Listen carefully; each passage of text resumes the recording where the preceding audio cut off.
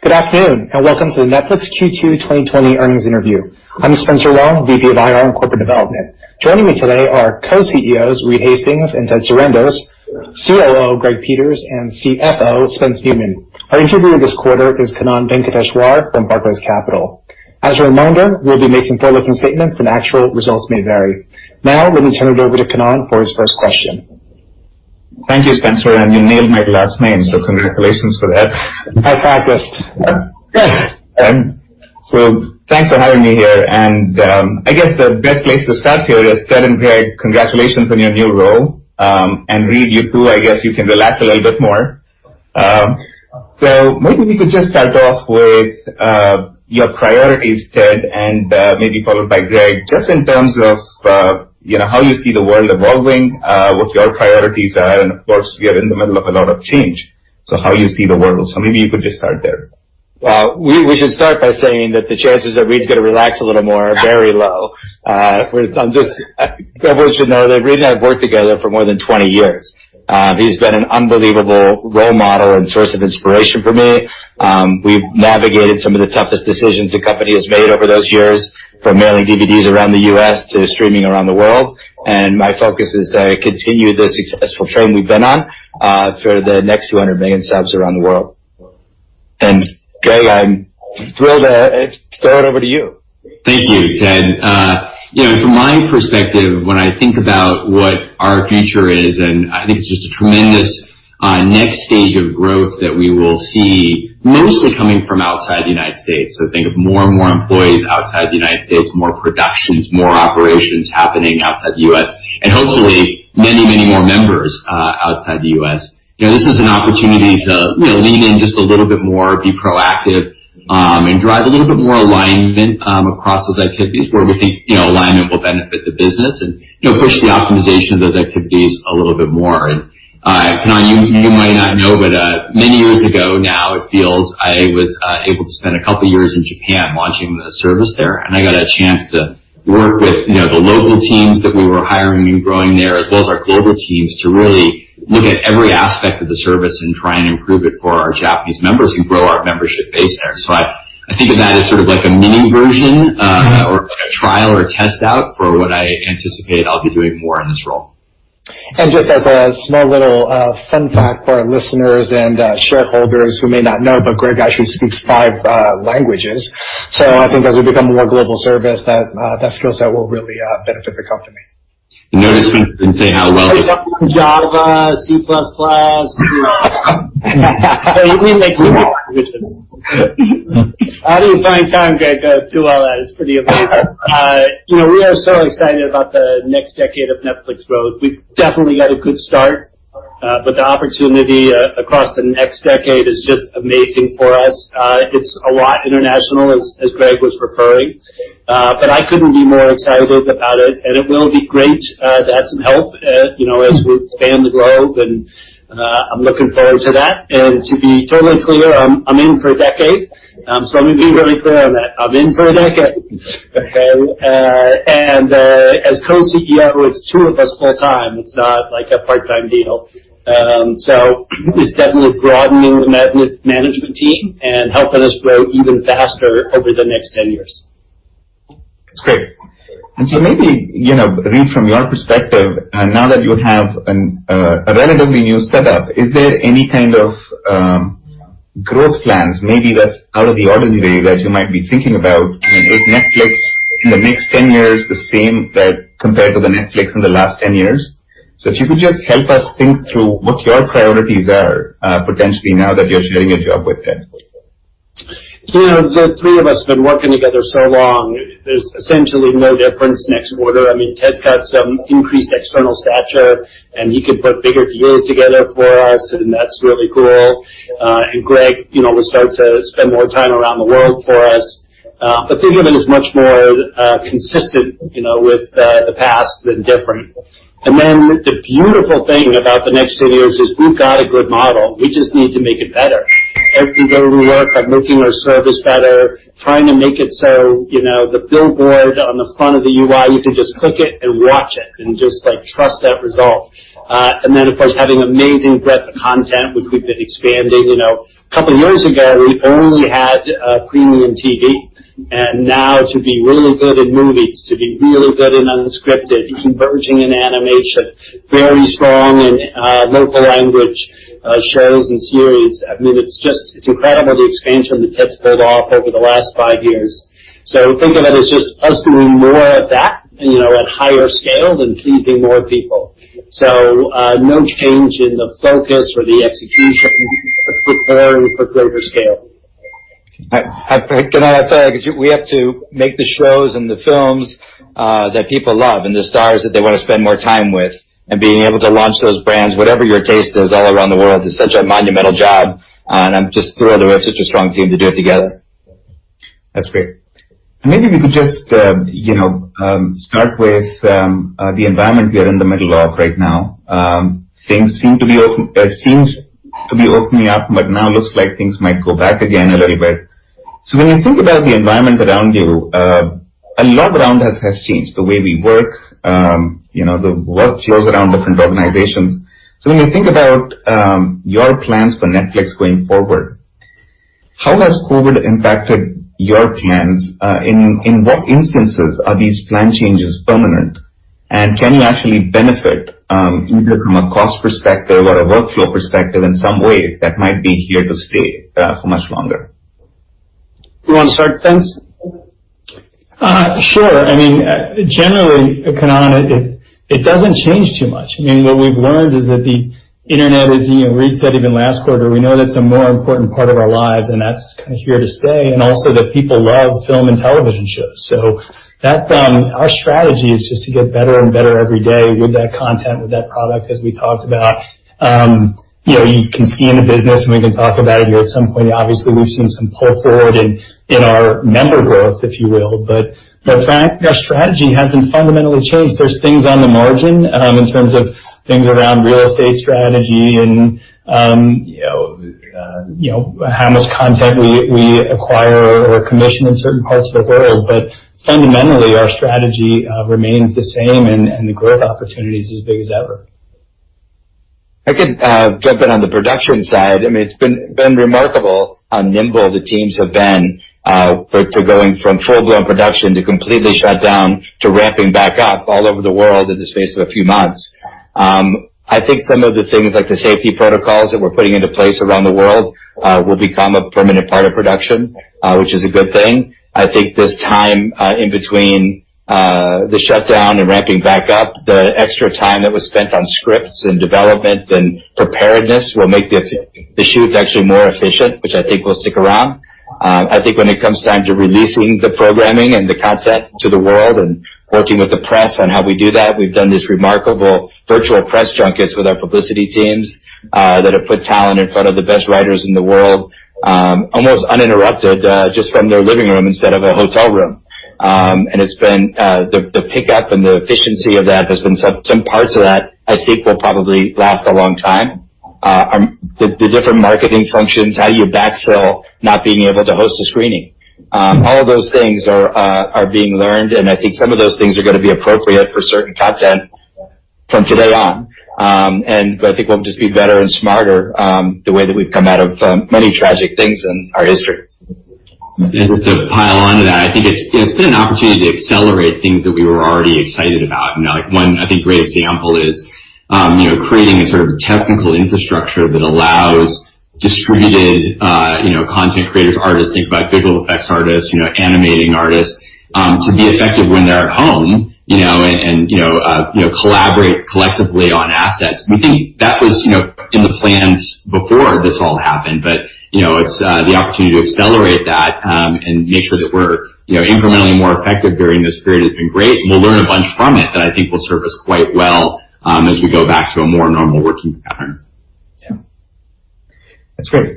And when you look at the first half in terms of the subscriber numbers, obviously you guys did close to the numbers that all of 2019 did. And so when you think about your guidance in that context, it does seem to embed an expectation of a lot of pull forward of growth.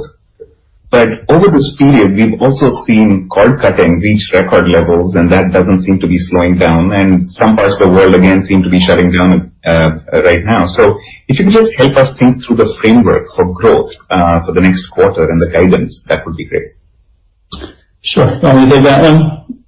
I'll take it. So, yeah, Kanani really nailed it. I mean, when we think about the guidance for Q3, we're not thinking about Q3 just in and of itself. We have to look at it in the context of what just happened in Q2. And we just added 10 million members, which is the largest growth we've ever had in the second quarter. And if you look at so we kind of look at the totality across the Q2 and Q3 period. And if we look at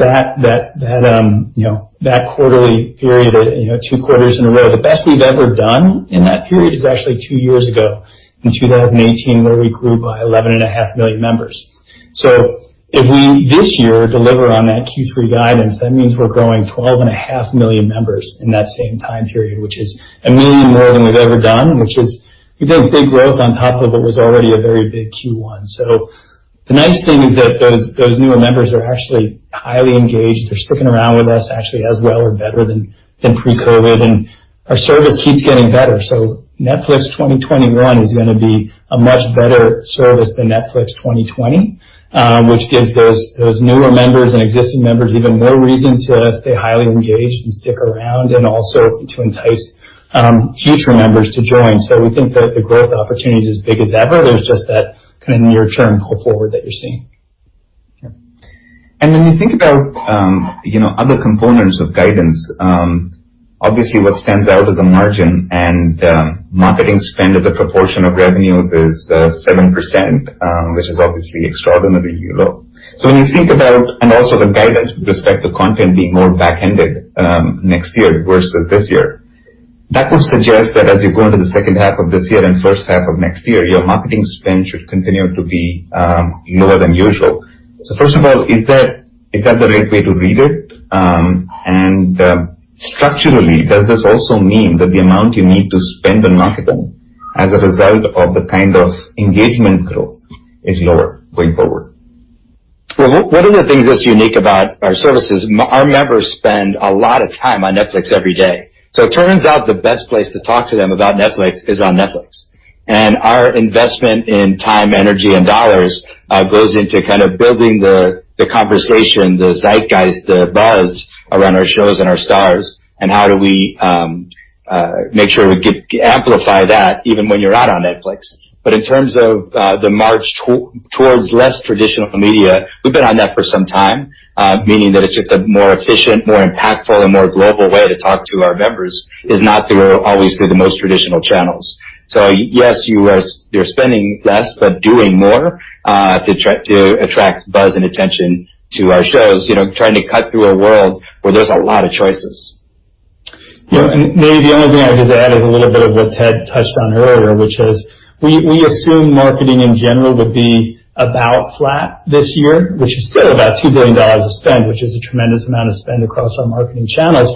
But it does look like it will be lower because of some of those things we're seeing in this kind of new world in terms of more virtual junkets and PR, and actually not doing as much awards marketing and those sorts of things. Now, some of that is temporary in nature. Some of that is permanent learnings as to how we can be more effective going forward. But I think you're right that as a result, it's most of this is just consistent with our strategic shift, and some of it is some near-term, cost benefit from what's happening in the world. Okay. And so when you think about we're seeing, Kanan, that the service has just been able to generate amazing viewing, and so as the service gets better and better, we're able to take advantage of that. Right. And when we think about your margin guidance for next year in that context, you have been improving margins about 300 basis points every year, but looks like there is incremental opportunity now. But the guidance for next year is consistent more or less with the broader framework. So is that just conservativeness, or is there something else guiding that as we go into next year? It's called tamping down the expectations. Like, this is a great growth opportunity for us. So any revenue upside, we would tend to put into more content for our members. which generates more growth over time. So, we've been pretty good about that, which is taking that upside and then converting it into more and more growth through service quality. So that would be the plan. Okay. And I would just say that, we, to Reed's point, we're always looking to spend strategically and invest strategically in the service, but we did signal that in the very near term, there may be some margin upside this year in 2020, but we're really kind of trying to manage to that multi-year continuing to increase our margins, which is why we wanted to let folks know that we're, at this point, managing still to another 300 basis points increase next year, which would get us to that 19% margin. And worth reiterating, in an environment where Netflix 2021 is better than Netflix 20. Yeah. That's great. And so just to follow up on that comment, when you say it's better in 21 versus 20, are we talking about subscribers? Are we talking about the amount of content? So how should we frame that? I'm talking about the forward trajectory of the releasing of the content that's coming your way. I mean, think about it right now at a time where most of the world is at a standstill. The rest of this month, you're going to see from Netflix a brand new series starring Catherine Langford from 13 Reasons Why called Curse, a big, large-scale movie that kind of reimagines the King Arthur legend. We have a sequel to one of our biggest movies, Kissing Booth 2, the original that kind of birthed the rom-com movement on Netflix with Joey King and Jacob Elordi. We have a new season of Umbrella Academy, one of our most global and most successful series on Netflix that was a big hit for us when it came out in its first season in 19, and rolling right into a big high-octane action thriller named Project Power with Jamie Foxx and Joseph Gordon-Levitt. So it's that kind of ongoing beat of content and programming. Think about this. Last year, we had barely dabbled in competition and reality programming. This quarter alone, with Flora's Lava and Too Hot to Handle, we had two of our biggest hits ever in that not just in that genre, but in all of our programming. Too Hot to Handle as a percentage of watching was as big in Japan as it was in the U.S., which is a wild phenomenon. So that to me is all those learnings that keep compounding and expanding across programming genres that make it a great value for consumers. That's great. So I guess sticking on that theme for a bit, when we think about the content mix, obviously that's changed quite a bit over the last few years with reality shows and now animation and so on. So when you think about this particular mix, reality shows do seem to be a better return on investment in some ways because, a lot of them have shown up, like Too Hot to Handle is in the top 10 list, was there for some time. So when you think about this mix, is it fair to think about reality shows or maybe documentary programming as being, a slightly better return and therefore the mix shifting slightly more in favor of that? And is this even a framework that you consider, which is, when you invest in something, what the returns are versus the engagement? The big motivation to invest in reality and unscripted is not the cost savings of production, but the love that people have for this programming and how important it becomes in people's lives. So if we're trying to be more and more your go-to destination for entertainment, not to ignore an area of programming that kind of dominates broadcast, would be silly of us. So we've been, dabbling in unscripted and reality. We kind of got very accomplished in the documentary space, and then have moved that over to expand that to unscripted, and then now the competition space, which was only our third or fourth show really in the competition space we've dabbled into. But the motivation really is consumer love for the programming, not the marginal cost savings. Okay, got it. And Greg, just to think about the world from a distribution perspective, there's a lot going on right now in terms of disputes. Peacock and HBO are not getting carried on Roku, and of course they're having problems with Amazon as well.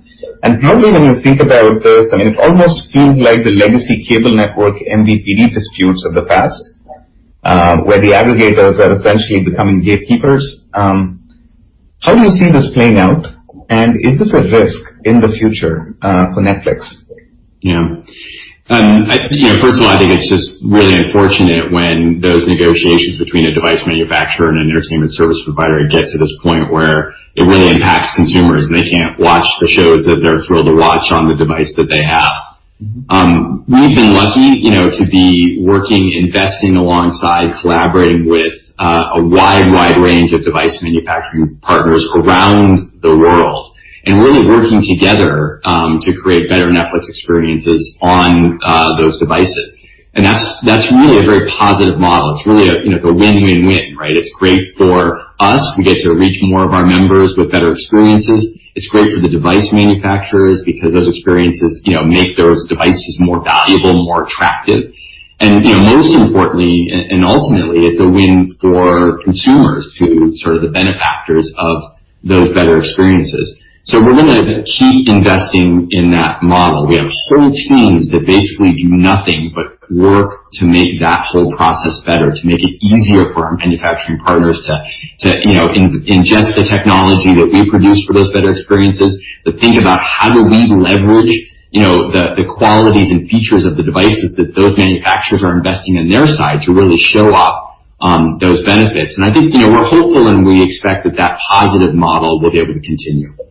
Okay. And then I guess, the other model for distribution is just your deals with MVPDs as well as wireless companies, and, you have a number of these deals globally. So when you think about, mature markets like the U.S. versus the rest of the world, your guidance for next quarter as well as the broader growth framework would suggest that, marginally these become a bit more important than the organic growth channels. So how are you thinking about these wholesale distribution deals? What kind of role do they have going forward? And what's the objective you're trying to solve for when you get into a deal with these guys? Yep. I think you have it right, which is that we think that these will grow in importance, but I think it's also important to note that they remain a relatively small percentage of our total acquisition, and really what we call the organic channel. People signing up with us directly is still very much the dominant mode. But, we sort of think about, the criteria which we sort of are evaluating these partnerships on two fronts. Obviously we're looking at it as, how much growth acceleration, how much membership acceleration do we get by adding a channel like that? But then wanting to understand sort of, what large are the revenue impacts, right? There's some cannibalization, there might be different economics involved. So we want to evaluate that and make sure that we're doing these on a positive revenue basis. And then the other very important lens is we actually sort of look at it from what's the consumer experience, what's the member experience. And so, we're looking at it qualitatively, just sort of understanding what that member journey is and working with those partners to make sure that that's as positive, as friction-free as we possibly can. And then we all obviously back it up with the metrics too, right? So we're looking at, engagement and, how frequently people use the service, churn characteristics, to really make sure that we're delivering a high-quality experience to our members through those channels. And I would say that, we're very positive on both of those fronts. And so, to your point, we expect to continue to do these deals, to expand these deals. We're working with multiple partners, both in to your point, territories that we're sort of, further penetrated in, but it's also a great accelerant to territories that we're still in earlier phases. So we think both are great places to do that kind of partnership. That's great. And then I guess,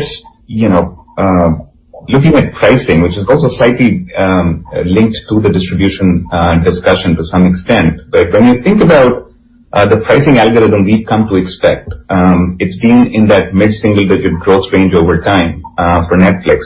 But more recently, I think when you strip out the effect of the price increases, it's trending a little bit lower than that because of some of the newer plans.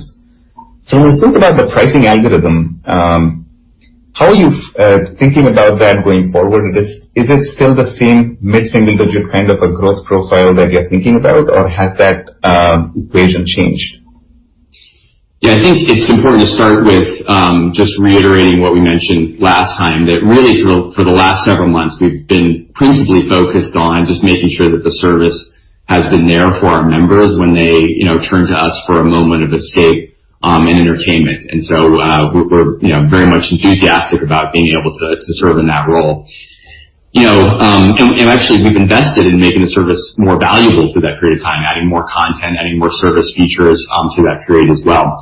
But, when we look forward, I would say, every country is in a different mode. And so we're going to sort of continue to assess a bunch of different factors over time. We'll look at macro factors country by country. We'll also look very closely at our specific metrics, and it's metrics like engagement, like churn, and those are the signals that we have for indicating when we have created more value for our members. So back to your plan, and it's not so much sort of an a priori plan that we have, but really more using those signs that we've done a good job at building more value for our members, which indicate to us, hey, it might be time to go back to them and ask them for a little bit more so that we can then invest that further into, amazing stories, great content, better product experiences, and create even more value for them. And Kanan, just to remind you, we don't narrowly manage towards an ARPU number or an ARPU growth number. Our orientation is really optimizing for revenue. Great.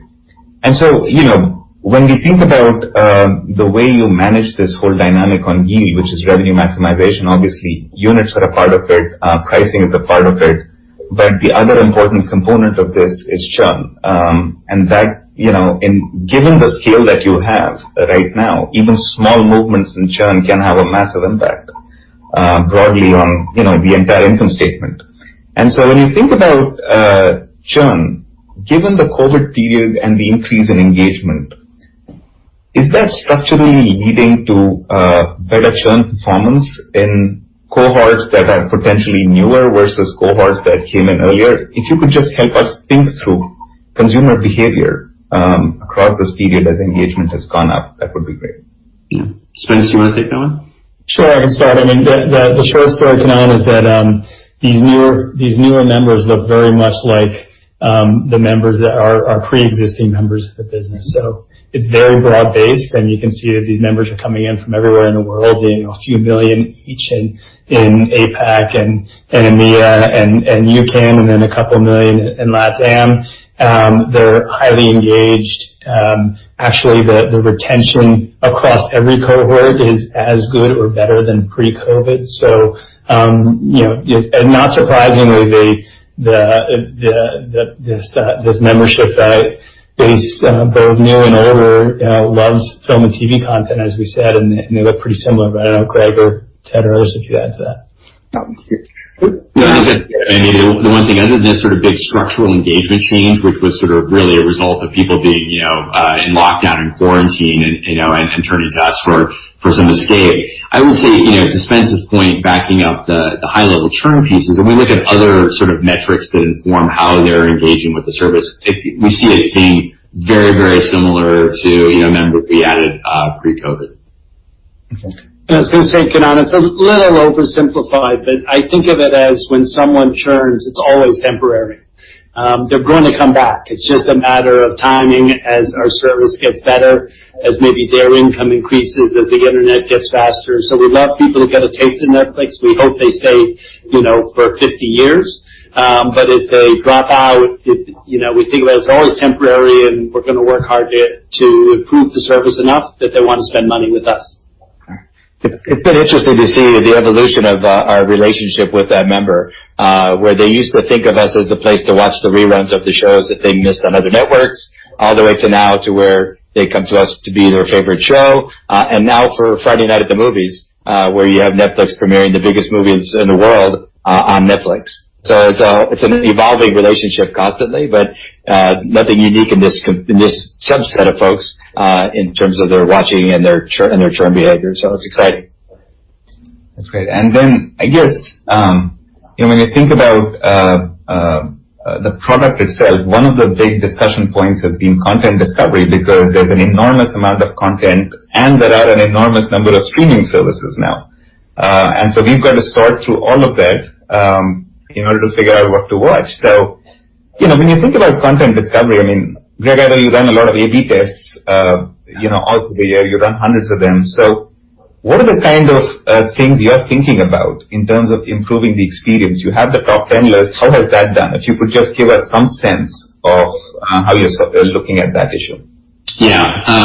Well, I'll talk about the top 10 list and then get to the big macro question, which is one of my favorite questions, of course. So thanks for asking that one. But the top 10 is an example of, a nice little positive lift in overall engagement. It's not, game changing, but more importantly, it actually, speaks to what we think is a real, member need that some of our members, not all, have, where they want to know, what shows are popular, so they can watch those easily, and then, participate in the broader social conversation that's happening around those shows. But I think it's indicative of the kind of work that we need to go do, right? And I think that, we have created literally the most incredible collection of entertainment options that has ever existed available to a consumer at a click of a button. And Ted's team is off producing more and more fantastic content at an accelerating rate. And that is, for our members, simply wonderful. It, creates both challenges and opportunities for us as a product team to think about the experiences that we evolve to make, the process of choosing and finding a great story in that as delightful and as easy as we possibly can. And, now the way we think about it is actually that we have to make almost every aspect of that experience better. And it's not going to be one thing that's going to be sort of like suddenly, make a perfect choosing experience. So we have teams that think about, exactly how do we pick what titles are perfect for each member? How do we, pick those recommendations and make those better every single day? How do we present those titles in a more compelling way, a way that's specific to what we think the member's interest is? We're thinking about how our user experiences work and the features that are included in there. We want those to adapt and evolve so that they can be responsive to the specific needs of a growing number of members around the world that have growing and diverse, needs from our experiences. So, the perhaps sort of unhelpful answer is it's going to be like literally hundreds of things that are going to have to change. But when you aggregate all those changes, they're transformative. And I, would invite you to go back and sort of look at a Netflix experience from 5 years ago compared to today. And it's just stunning how much progress we can make through that process. And we are committed to making even more progress sort of in the next 5 years to come to make that wealth of content, a joy for our members around the world. And so, Reed, I guess, one of the questions that this raises is, given the amount of content, a comment that you had made, I think this was in 2017, was that Ted was not failing enough when it came to the success rate of shows, and he was doing too much.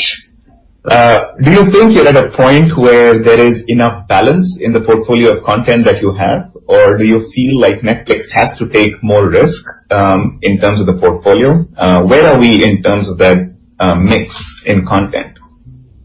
I feel excellent about the number of big bets that Ted has coming up. I'm privy to stuff that we're doing now that will come out in 2 or 3 years, and it's a little amazing.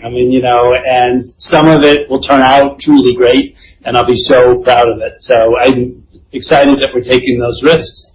And, we want to have so many hits that, when you come to Netflix, you can just go from hit to hit to hit and, never have to think about any of those other services. Right? We want to be like your primary, your best friend, the one you turn to. And of course, occasionally, there's Hamilton and you're going to go to someone else's service for an extraordinary film. But, for the most part, we want to be the one that can just, always please you with the convenient, simple, easy choice. That's great. And Ted, from your perspective, when you think about production worldwide, obviously we are still in a shutdown mode, and there are still issues around the world. And while things are getting better in Q3, it seems like there would be some impact to the 21 slate, given your comments about it being more back-end weighted. But then on the other side, you also have content that the studios are not able to release quickly, right? So when you think about this, does it make you think about the mix slightly differently? Maybe do we get a bit more movie-heavy initially compared to originals maybe later in the year? And what else can we expect because of the kind of disruption going on right now? Well, I mentioned last quarter, one of the benefits of releasing our series all at once is that we work very far ahead of our release cycle. So that's how we're able to continue to release this ongoing steady flow. So even during the shutdown, we're partially shot on a lot of shows. So when we pick them back up, it's not like starting from scratch again. So outside of North America, parts of India and Brazil, we're running pretty pretty much in normal fashion in terms of our volume around the world, and it's ramping up in different various stages of pre-production. And we've got a couple of shooting days in Los Angeles this week that we're really excited about, and that's coming back around.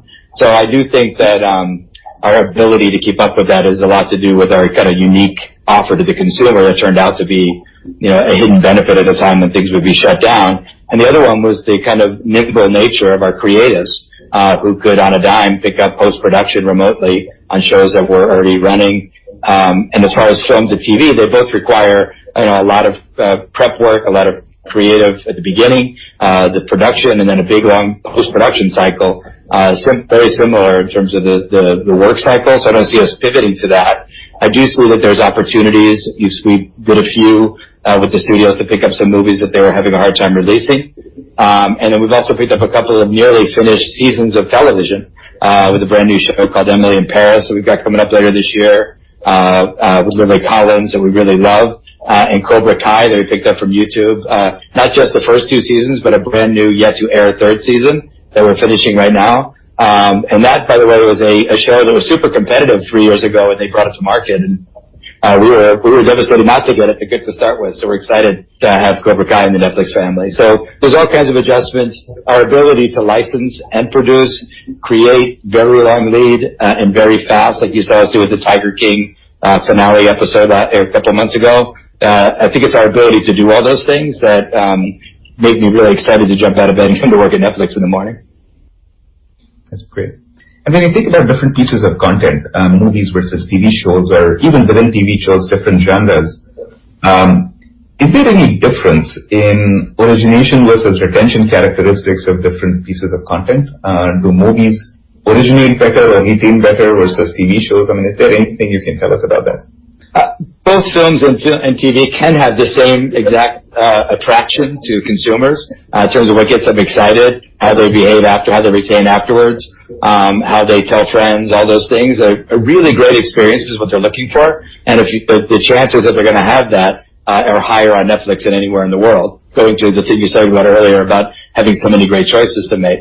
But I think a film, when it's usually successful, can be very acquisitive, can be retention driving, and also could bring a lot of joy to our members. And series can do that as well. So it just depends on what you're in the mood for. Kanan, we have time for 1 or 2 more questions. Sure. So maybe, Spence, a couple of questions, in terms of the guidance and the financials. And one of the things that came out was the free cash flow margin was 15%, and your EBITDA operating income margin was obviously 22%. So could you just help us bridge the gap, and how do we think about cash flows going forward? Sure. Thanks for noticing the positive free cash flow margin, Kanan. I'd say two things explain that variance. Number one is obviously CapEx.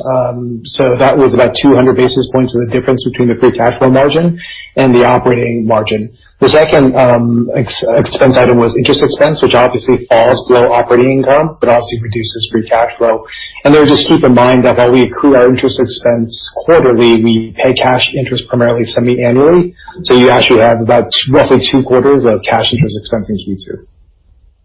Yeah, I just add, that's great, Spencer, and then just add to Spencer's point, if you think about cash flow going forward, it was sort of a bit of a unique window into that, forward-looking cash generation opportunity or potential for our business because of the pandemic. So we generally are forward investing into the growth of our business and into content. So our content cash spend is in excess of our content expense in a given year. But because of the pause in productions, you can see that basically that cash spend and expense and content were the same this quarter, essentially at a 1-to-1 ratio.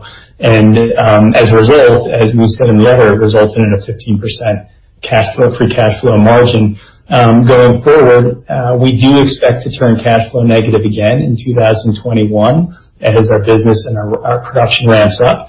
But we're still on that multi-year path to being cash flow positive, and when we are sustained cash flow positive, we expect to be a much bigger and more profitable business. So hopefully that 15% cash flow margin is just the start. That's great. So I guess, since we have time for maybe one last question, we could just think about, the world going forward, positive, and when we are sustained cash flow positive, we expect to be a much bigger and more profitable business. So hopefully that 15% cash flow margin is just the start. That's great. So I guess, since we have time for maybe one last question, we could just think about, the world going forward, longer term, Reed, from your perspective. A lot of the franchises that are getting created in today's world seem to be coming from the video gaming side. A lot of shows that you have, which have been very successful, have been from that side, and obviously some of your shows have become video games in some instances. So when you think about and even the interactivity of some of your shows makes them feel like video games. So when you think about the way the world is evolving, it just seems like these two sides of the world are starting to converge to some extent, both in terms of the kind of content as well as the experiences. So why not think about video games as an extension of where Netflix is today? If you could just help us think through that framework and how you consider that going forward. Sure. If you think about franchise IP development and Harry Potter, and then just hundreds of enormous franchises that come out of full-length books. Then there's Marvel and our own The Old Guard, that come out of the comic book world. And then, there may be a few coming out of video games, but that's pretty small. So really think of it as the big franchises have come out of books and comic books.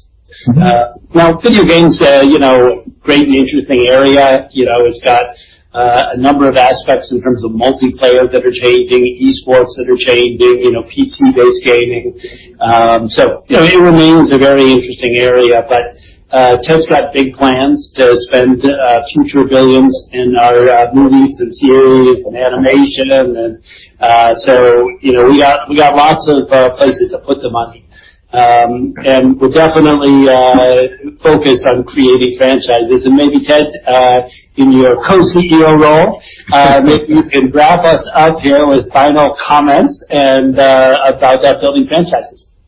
Yeah, look, I think franchise is the act of successful world building, and video games obviously have world building aspect to them, but so do books, and so do graphic novels, and so do comic books, and so does original IP. And really, this is a matter of how well it's executed. We were really unbelievably encouraged by the first attempt at it here with The Old Guard, which is kind of a new flavor of that kind of storytelling that I think has got a world and stories to be told for some time to come. I looked to other things that were more original IP, like La Casa de Papel, which in this quarter, La Casa de Papel was the most watched new season of television on Netflix, hard stop, not just non-English, English. And that's in its fourth season, and it's become an incredible world that we're going to keep building on. So IP is a great place to start. But it's like everything else in the world, it's hugely execution dependent. And if you do it well, people want to come back for more, and you don't disappoint them, you can keep doing it. So we're really thrilled about it, and thrilled about doing it from a variety of sources. That's great. Thank you all. Thanks, Kanan. Thank you.